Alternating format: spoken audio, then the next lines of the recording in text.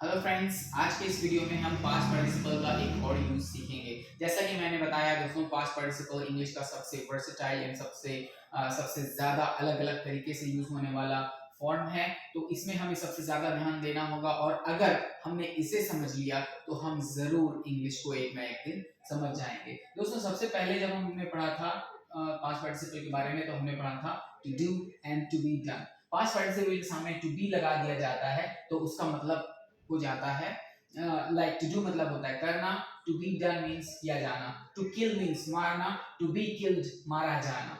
Okay, to burn जलाना, to be burned जलाया जाना। ओके, उसके बाद दूसरे वीडियो में हमने सीखा था पास्ट पार्टिसिपल के सामने हैव लगाने पर इसका क्या मतलब हो जाता है। दोस्तों, पास्ट पार्टिसिपल बताता है वो काम का किसी काम का खत्म हो जाना।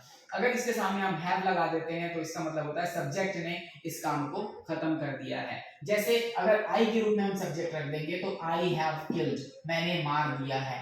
आई हैव बर्न्ड, मैंने जला दिया है। आई हैव डैमेज, मैंने डैमेज कर दिया है। आई हैव स्लैप्ड, मैंने मार दिया है थप्पड़।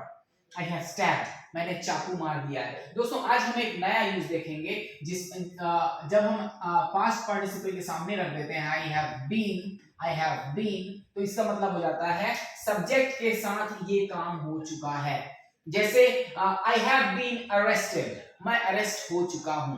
आई हैव अरेस्टेड, मैंने अरेस्ट कर लिया है। आई हैव बीन अरेस्टेड, मैं अरेस्ट हो चुका हूं। दोस्तों, अगर आप देखेंगे तो ये बी का थर्ड फॉर्म बीन होता है, तो यहीं से ये मतलब होता है कि मैं हो चुका हूं। टू बी मीन्स होता है होना, टू बी डन मीन्स होना, टू हैव बीन डन का मतलब हो जाना।